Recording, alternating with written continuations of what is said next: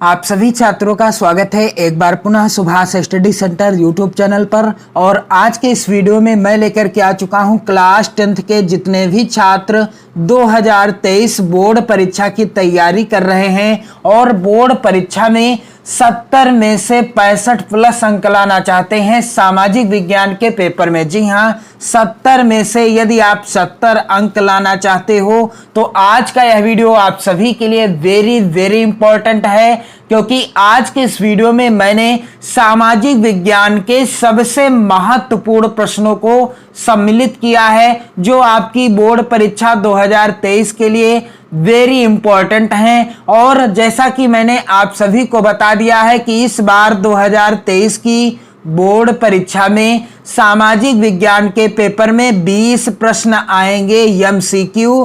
कहने का तात्पर्य है 20 प्रश्न होंगे बहुविकल्पी और जिनका आंसर आपको ओएमआर शीट में फिल करना होगा। ओएमआर शीट कैसे भरना है आप चैनल की प्लेलिस्ट में मौजूद वीडियो देख सकते हो, और साथ ही ओएमआर शीट पर 20 प्रश्नों का आंसर कैसे फिल करना है मैंने वीडियो प्रोवाइड करा दी है, आप देख सकते हो। तो यहां पर आप जानेंगे सामाजिक विज्ञान के सबसे महत्वपूर्ण प्रश्न जो बोर्ड परीक्षा 2023 के लिए वेरी इंपॉर्टेंट हैं। यहां पर पहला प्रश्न क्या कह रहा है कि सर्वप्रथम विश्व व्यापार संगठन अर्थात WTO किसके द्वारा शुरू हुआ। पहला विकल्प है यहां पर विकासशील देश के द्वारा, दूसरा विकल्प है विकसित देश के द्वारा, तीसरा विकल्प है अल्प विकसित देश के द्वारा और चौथा विकल्प है निर्धन देश के द्वारा। तो प्रश्न कह रहा है कि सर्वप्रथम विश्व व्यापार संगठन किसके द्वारा शुरू हुआ। राइट आंसर क्या हो जाएगा इस प्रश्न का, विकसित देश के द्वारा। यहां पर दूसरा विकल्प सही हो जाएगा। अगला प्रश्न क्या कह रहा है, और ये सभी प्रश्न वेरी इंपॉर्टेंट हैं 2023 की बोर्ड परीक्षा के लिए। आप इन सभी प्रश्नों को जरूर नोट कर लें अपनी नोट्स पर। और यहां पर प्रश्न अगला क्या है कि ऑटो वान बिस्मार्क का संबंध किस देश से था। पहला विकल्प क्या है, इटली से, दूसरा विकल्प है जर्मनी से, तीसरा विकल्प है फ्रांस से और चौथा है विकल्प ब्रिटेन से। तो प्रश्न कह रहा है कि ऑटो वान बिस्मार्क का संबंध दिए गए विकल्पों में से किस देश से था। तो इसका राइट आंसर क्या हो जाएगा, इस प्रश्न का राइट आंसर हो जाएगा जर्मनी से। जर्मनी से ऑटो वान बिस्मार्क का संबंध था। और अगला जो प्रश्न है वेरी इंपॉर्टेंट है, बोर्ड परीक्षा में आया हुआ प्रश्न है, कोरबा प्रसिद्ध है। कोरबा किस लिए प्रसिद्ध है।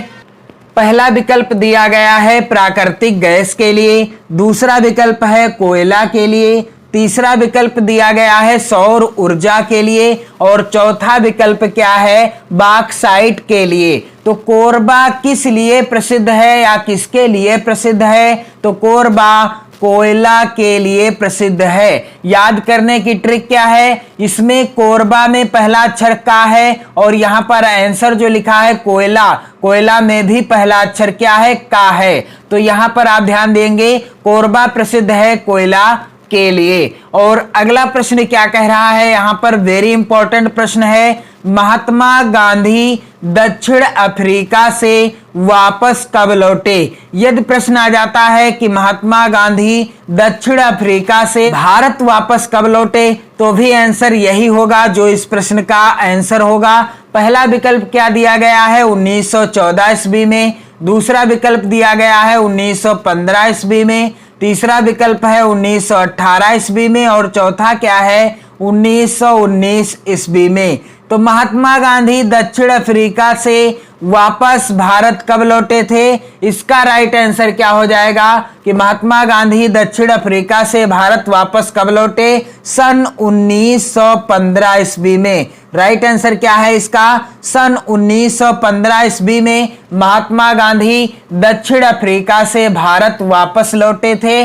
और यदि प्रश्न आता है कि महात्मा गांधी ने वापस आकर सर्वप्रथम कहां से आंदोलन आरंभ किया तो उत्तर क्या हो जाएगा कि चंपारण से। कब, कहां से, चंपारण से इन्होंने अपना पहला आंदोलन, यानी दक्षिण अफ्रीका से जब ये वापस आए भारत को, तब इन्होंने अपना पहला आंदोलन कहां से स्टार्ट किया था? चंपारण से किया था। इस चीज का विशेष ध्यान देंगे।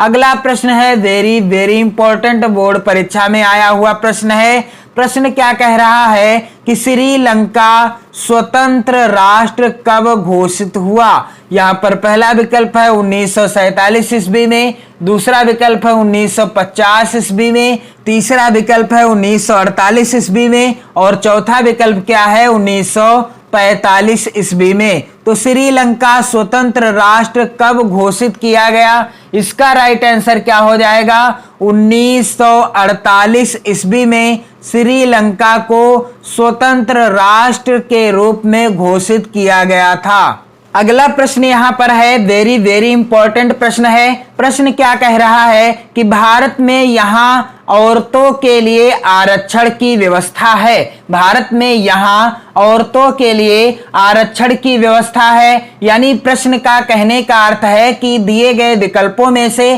कहां पर औरतों के लिए यानी महिलाओं के लिए आरक्षण की व्यवस्था की गई है। पहला विकल्प है यहां पर लोकसभा, दूसरा विकल्प है विधानसभा, तीसरा विकल्प है मंत्रिमंडल और चौथा विकल्प क्या है? पंचायती राज की संस्थाएं। तो भारत में यहां औरतों के लिए आरक्षण की व्यवस्था की गई है। यह व्यवस्था है कहां पर? पंचायती राज की संस्थाएं जो हैं वहां भारत में महिलाओं के लिए आरक्षण की व्यवस्था की गई है। अगला जो प्रश्न है यह बोर्ड परीक्षा में आया हुआ प्रश्न है और प्रश्न क्या कह रहा है कि यूरोपीय देशों ने मानचित्र पर लकीरें खींचकर किस महाद्वीप का आपस में बंटवारा कर लिया? जो यूरोपीय देश हैं उन देशों ने मानचित्र पर लकीरें खींचकर किस महाद्वीप को आपस में बांट लिया, यानी आपस में उस महाद्वीप को बंटवारा कर दिया। तो यहां पर पहला विकल्प है, आप देख पा रहे हैं, एशिया, दूसरा विकल्प है अफ्रीका, तीसरा विकल्प है अमेरिका और चौथा विकल्प क्या है? ऑस्ट्रेलिया। तो यूरोपीय देशों ने मानचित्र पर लकीरें खींचकर किस महाद्वीप का आपस में बंटवारा कर लिया? राइट आंसर क्या है? अफ्रीका महाद्वीप का। और अगला जो प्रश्न है वेरी वेरी इंपॉर्टेंट, 2023 की बोर्ड परीक्षा के लिए यह प्रश्न सबसे ज्यादा महत्वपूर्ण है। और प्रश्न क्या कह रहा है कि भारतीय राष्ट्रीय कांग्रेस की स्थापना हुई कब हुई? पहला विकल्प है यहां पर 1882 ईस्वी में, दूसरा विकल्प है 1884 ईस्वी में, तीसरा विकल्प है 1885 ईस्वी में और चौथा विकल्प क्या है? 1886 ईस्वी में। तो भारतीय राष्ट्रीय कांग्रेस की स्थापना कब हुई थी? इसका राइट आंसर क्या हो जाएगा? इसका राइट आंसर हो जाएगा, यहां पर आप ध्यान दीजिएगा, 1885 ईस्वी में भारतीय राष्ट्रीय कांग्रेस की स्थापना हुई थी। और इसके बाद जो अगला प्रश्न है वेरी वेरी इंपॉर्टेंट है। प्रश्न क्या कह रहा है कि निम्न में से किसको कृषि क्षेत्रक कहते हैं? पहला विकल्प है प्राथमिक क्षेत्रक को, दूसरा विकल्प है द्वितीयक क्षेत्रक को और तीसरा विकल्प है यहाँ पर तृतीयक क्षेत्रक को और चौथा विकल्प क्या है यहाँ पर? चतुर्थक क्षेत्र को। तो राइट आंसर क्या हो जाएगा कि निम्न में से किसको कृषि क्षेत्रक कहते हैं? तो जो प्राथमिक क्षेत्रक होता है उसे क्या कहते हैं? कृषि क्षेत्रक कहते हैं। राइट आंसर क्या हो जाएगा? पहला ही विकल्प सही है। अगला प्रश्न वेरी इंपॉर्टेंट, हेमेटाइट का संबंध किस खनिज से है? इसका राइट आंसर क्या होगा दिए गए विकल्पों में से? तो पहला विकल्प क्या दिया गया है? तांबा, दूसरा विकल्प है बॉक्साइट, तीसरा विकल्प है यहाँ पर आप ध्यान दीजिएगा सोना और चौथा विकल्प क्या है? लौह अयस्क। तो हेमेटाइट का संबंध किस खनिज से है? इसका राइट आंसर क्या हो जाएगा? लौह अयस्क से है। अगला प्रश्न क्या है कि वैश्वीकरण को संभव बनाने वाले कारक कौन से हैं? पहला विकल्प है प्रौद्योगिकी, दूसरा विकल्प है परिवहन, तीसरा विकल्प है सूचना व सूचना प्रौद्योगिकी और चौथा विकल्प है यहाँ पर उपर्युक्त सभी। तो यहाँ पर पहला विकल्प भी सही है प्रौद्योगिकी और दूसरा विकल्प भी सही है परिवहन, तीसरा भी सही है सूचना व सूचना प्रौद्योगिकी। तो राइट आंसर क्या हो जाएगा? उपर्युक्त सभी। तो आप इस वीडियो को शेयर जरूर कर दें। और अगला प्रश्न यहाँ पर आप देख सकते हो, प्रश्न संख्या 12 क्या कह रहा है कि इनमें से कौन सी रबी फसल है? दिए गए विकल्पों में से कौन सी फसल रबी की फसल है? पहला विकल्प है चावल, दूसरा विकल्प है मोटे अनाज, तीसरा विकल्प है चना और चौथा विकल्प क्या है? कपास। तो इनमें से कौन सी रबी की फसल है? दिए गए विकल्पों में से राइट आंसर क्या हो जाएगा?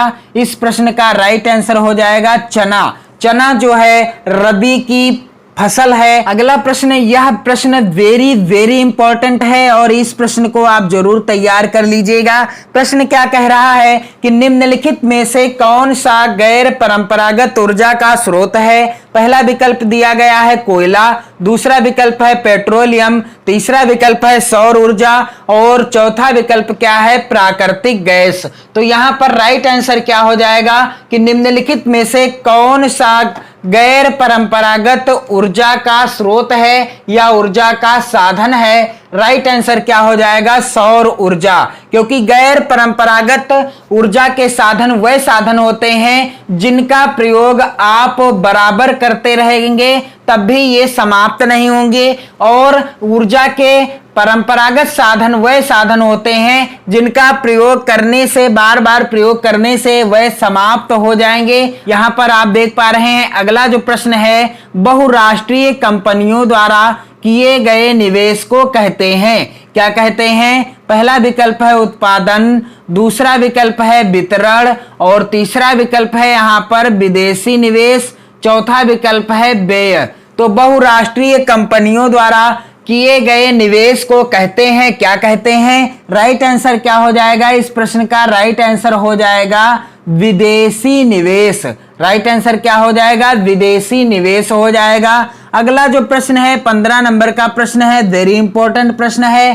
प्रश्न कह रहा है कि निम्नलिखित में से उत्पादन का साधन है। यहां पर पहला विकल्प है पूंजी, दूसरा विकल्प है लाभ, तीसरा विकल्प है सेवाएं और चौथा विकल्प क्या है? चौथा विकल्प है यहां पर उपर्युक्त सभी। यहां पर आप ध्यान दीजिएगा, उपर्युक्त सभी यहां पर लिखा हुआ है। तो आपको राइट आंसर क्या बताना है, यानी इसमें से राइट आंसर क्या हो जाएगा कि निम्नलिखित में से उत्पादन का साधन कौन सा है? राइट आंसर क्या है? पूंजी। यदि आपके पास पूंजी होगी यानी पैसा होगा तभी आप किसी भी बिजनेस को आगे बढ़ा सकते हैं, यानी अपना खुद का बिजनेस खोल सकते हैं, कर सकते हैं। तो निम्नलिखित में से उत्पादन का साधन कौन सा है?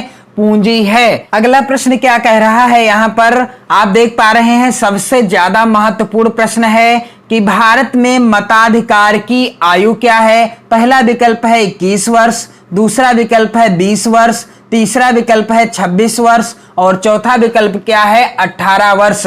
तो जब किसी पुरुष की या स्त्री की आयु 18 वर्ष हो जाती है तो वह अपना वोट डाल सकते हैं, किसी भी पार्टी को अपना वोट दे सकते हैं, आपको मत देने का अधिकार प्राप्त हो जाता है। यानी भारत में मताधिकार की आयु क्या है? 18 वर्ष है। आप ध्यान दीजिएगा, 18 वर्ष है। और अगला प्रश्न है, धर्म ही सामाजिक समुदाय का काम करता है, यह मान्यता किस पर आधारित है? धर्म ही सामाजिक समुदाय का काम करता है, यह मान्यता किस पर आधारित है? पहला विकल्प है यहां पर धर्म पर, दूसरा विकल्प है संप्रदाय पर, तीसरा विकल्प यहां पर दिया गया है समुदाय पर और चौथा विकल्प क्या है? सांप्रदायिकता पर। तो धर्म ही सामाजिक समुदाय का काम करता है। इसका राइट आंसर क्या हो जाएगा? सांप्रदायिकता पर। राइट आंसर क्या है? सांप्रदायिकता पर। अगला प्रश्न, प्रश्न संख्या 18 क्या कह रहा है कि निम्नलिखित में से किस राज्य में काली मिट्टी पाई जाती है? यहां पर पहला विकल्प क्या है? झारखंड, दूसरा विकल्प है गुजरात, तीसरा विकल्प है राजस्थान और चौथा क्या है? बिहार। तो दिए गए विकल्पों में से किस राज्य में, यानी कौन सा राज्य है जहां पर काली मिट्टी पाई जाती है? राइट आंसर क्या है? गुजरात। यहां पर सही उत्तर क्या हो जाएगा? गुजरात राज्य में काली मिट्टी पाई जाती है। प्रश्न संख्या 19 क्या कह रहा है कि निम्न पड़ोसी देशों